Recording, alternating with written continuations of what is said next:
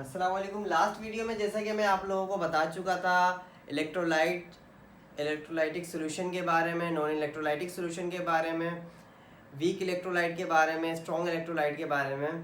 तो अब वीडियो को थोड़ा सा आगे लेकर चलते हैं, लेक्चर को थोड़ा सा आगे लेकर चलते हैं और इस वीडियो में मैं आप लोगों के सॉल्युबिलिटी के कॉन्सेप्ट को क्लियर करूँगा इंशाल्लाह। तो जब भी कोई हम सॉल्यूशन बनाते हैं तो हमें कैसे पता लगता है कि ये जो है सॉल्ट हमारे पास जो है वो डिज़ोल्व हो जाएगा। ठीक है, तो ये कौन सा सॉल्ट डिज़ोल्व हो सकता है, कौन सा सॉल्ट ऐसी एबिलिटी रखता है कि वो कैन डिज़ोल्व।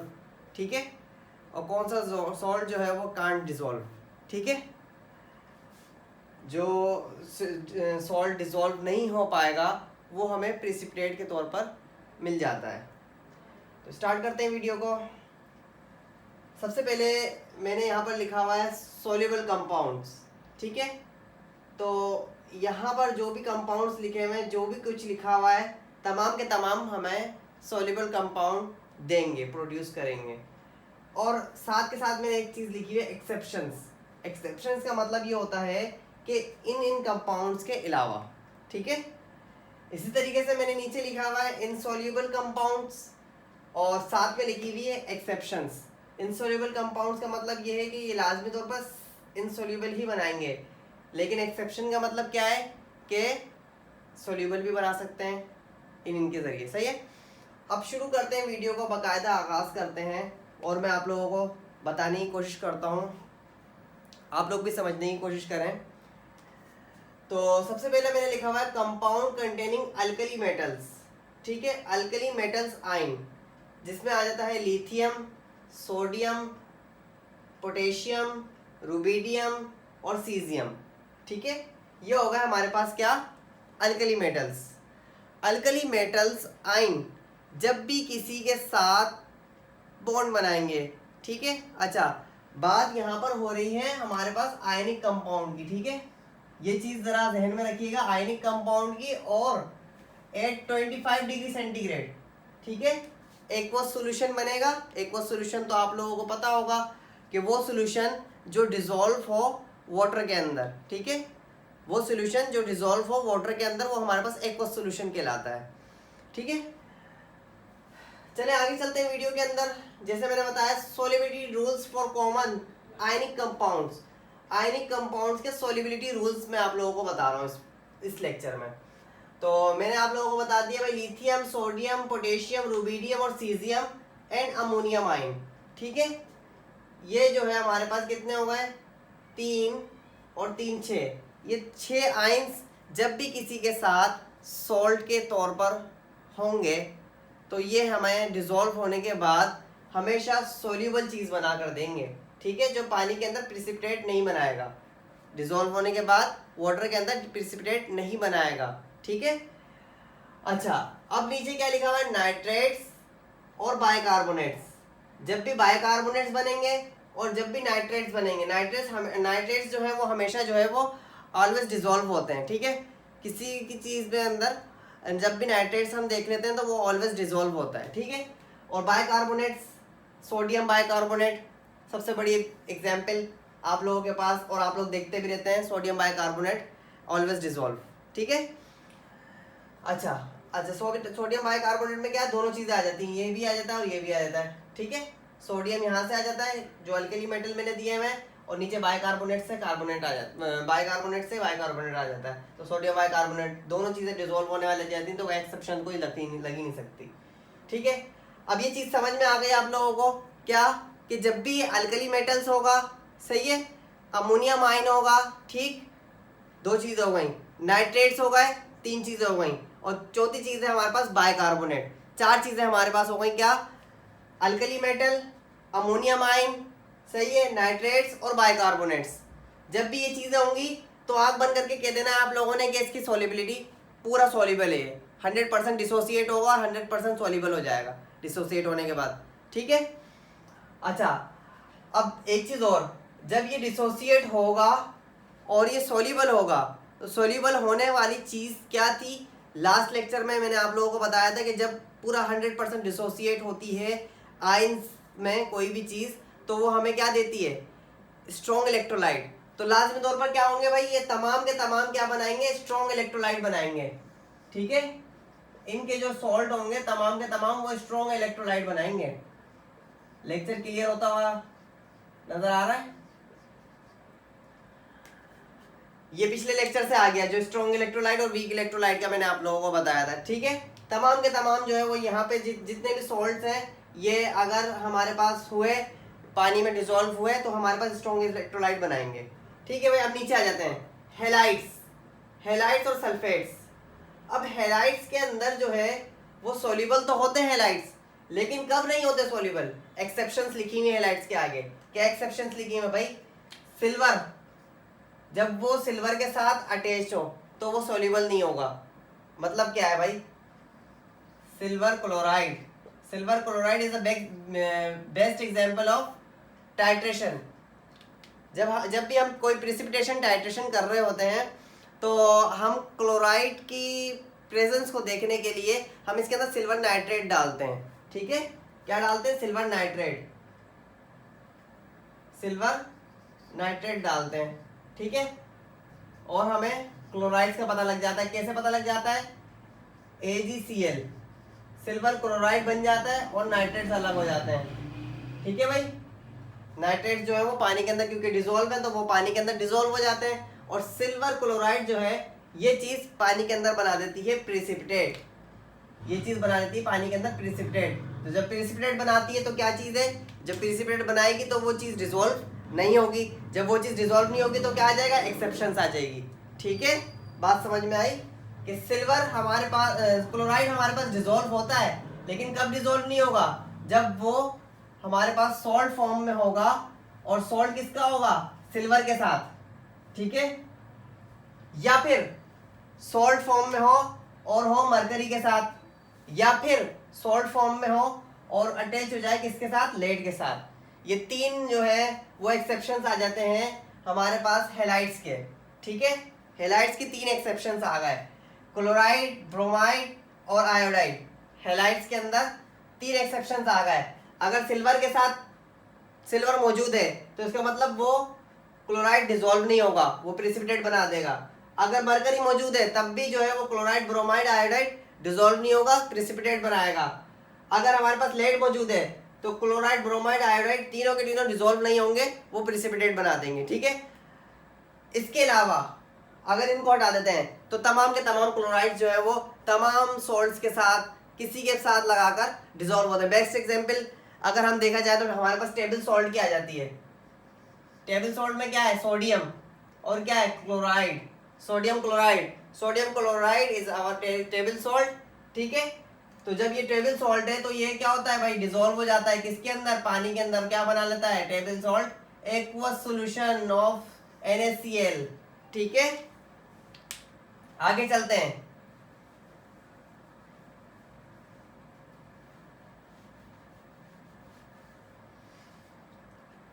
सल्फेट्स वैसे तो डिसॉल्व होते हैं। इसकी बेस्ट एग्जांपल क्या है भाई सल्फेट्स की, कैल्शियम सल्फेट डिसॉल्व नहीं होगा, सही है।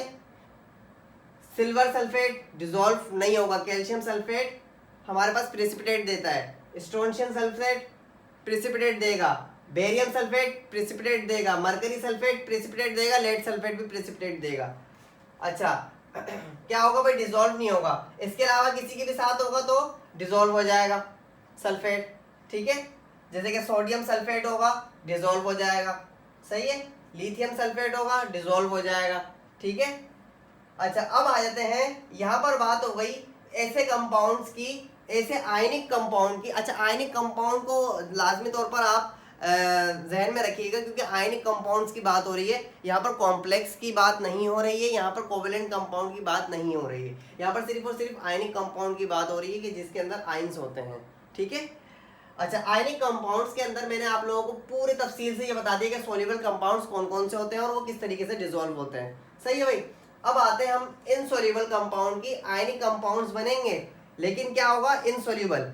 अब इनसोल्यूबल क्या होता है भाई, मीन्स के बनाएंगे वो प्रेसिपिटेट ही, सही है, लेकिन एक्सेप्शंस आ जाएगी उसमें, सही है। एक्सेप्शंस क्या आएगी, कार्बोनेट हमेशा प्रेसिपिटेट बनाता है, कार्बोनेट हमेशा प्रेसिपिटेट बनाता है। आपको याद होगा कि जब भी हम वाटर की हार्डनेस निकालते हैं तो उसके हम निकालते हैं कैल्शियम कार्बोनेट, कैल्शियम कार्बोनेट कि ये कितना ppm आ रहा है, कितना ppm आ रहा है।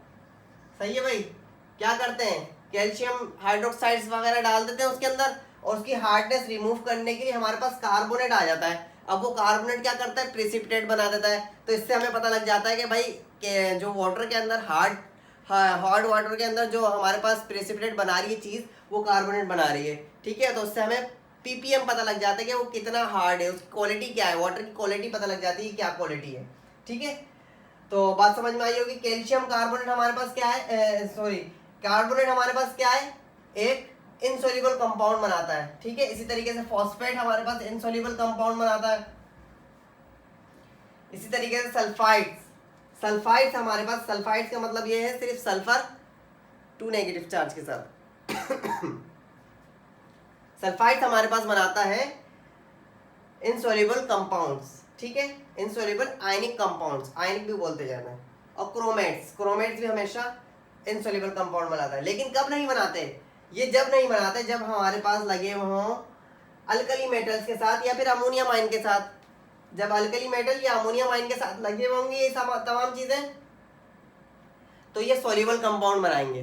ठीक है, जब ये तमाम चीजें अल्कली मेटल या अमोनियम आयन के साथ लगी हुई होंगी तो ये सोल्यूबल कंपाउंड बनाएंगे, वरना क्या बनाएंगे, इनसोल्यूबल बनाएंगे। ठीक है भाई, वरना इनसोल्यूबल कंपाउंड बनाएंगे। अच्छा, ये सोल्यूबल क्लियर हो गया, इनसोल्यूबल क्लियर हो गया ऊपर वाला।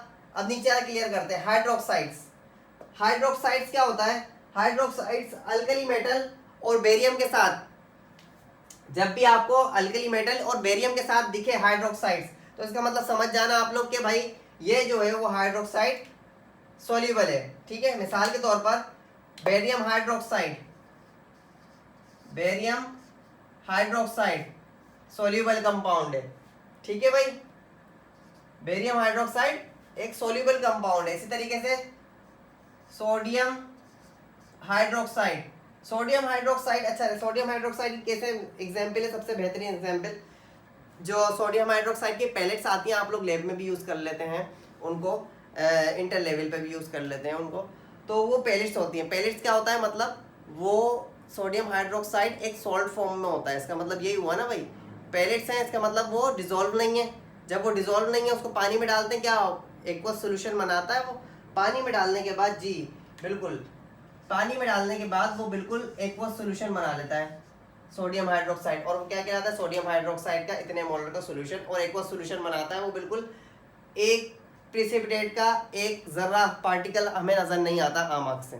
ठीक है, अच्छा अब क्या है हमारे पास, ये सोडियम हाइड्रोक्साइड के मैंने बेस्ट एग्जांपल दिए।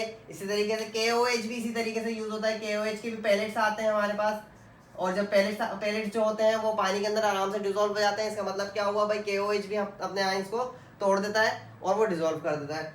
अच्छा, इसके अलावा हमारे पास अगर कैल्शियम हाइड्रोक्साइड की बात की जाए, ठीक है, कैल्शियम हाइड्रोक्साइड की बात की जाए, तो ये जो है वो हमारे पास सोल्यूबल कंपाउंड नहीं बनाता।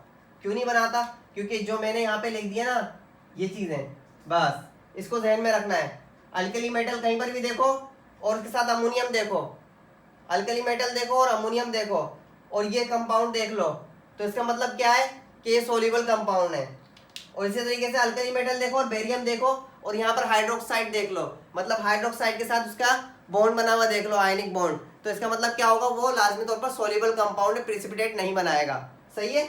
कोई भी कभी सवाल आ सकता है किसी भी एग्जाम में कि बेरियम हाइड्रोक्साइड जो है वो कौन से कलर के प्रेसिपिटेट देता है। ठीक है, एक ऑप्शन हो सकता है ब्लू, वाइट, रेड, और एक ऑप्शन हो सकता है नन ऑफ दिस। तो आपने क्या लगाना होगा, नन ऑफ दिस लगाना होगा। क्यों, क्योंकि जो है वो हाइड्रोक्साइड बेरियम के साथ जब भी मिलता है तो कोई प्रेसिपिटेट नहीं बनाता। ठीक है, तो उम्मीद है कि आप लोगों को वीडियो लेक्चर बहुत अच्छा लगा होगा, समझ में आया होगा। इन्फॉर्मेटिव है वीडियो लेक्चर, क्यों, क्योंकि इस लिहाज से कि आपका जो है यहाँ पर एक तो कॉन्सेप्ट क्लियर हो रहे हैं आपके, दूसरी चीज़ क्या हो रहा है, दूसरी चीज़ आप एग्जाम के लिए तैयार हो रहे हैं, आप आगे आने वाले टेस्ट के लिए तैयार हो रहे हैं। क्यों, कैसे तैयार हो रहे हैं ये लेक्चर एक 10 मिनट का 15 मिनट का लेक्चर है, लेकिन क्या है इस लेक्चर के अंदर आपको तमाम सोल्यूबल कंपाउंड्स, तमाम इनसोल्यूबल कंपाउंड्स के बारे में पता लग गया। ठीक है, जो लास्ट लेक्चर था उसके अंदर भी आप लोगों को ये पता लग गया था कि जो हमारे पास इलेक्ट्रोलाइट होता है वो स्ट्रॉन्ग इलेक्ट्रोलाइट क्यों होता है, जैसे तरीके से वीक इलेक्ट्रोलाइट होता है तो वीक इलेक्ट्रोलाइट क्यों होता है, सही है, और नॉन इलेक्ट्रोलाइट क्यों होता है, ये भी आप लोगों को पता लग गया था बहुत अच्छी तरीके से। ठीक है, तो उम्मीद है कि आप लोगों को लेक्चर समझ में आया होगा। वीडियो को लाइक कीजिएगा, चैनल को मेरा सब्सक्राइब कीजिएगा और वीडियो को आगे अपने दोस्तों में शेयर कीजिएगा। अल्लाह हाफिज़।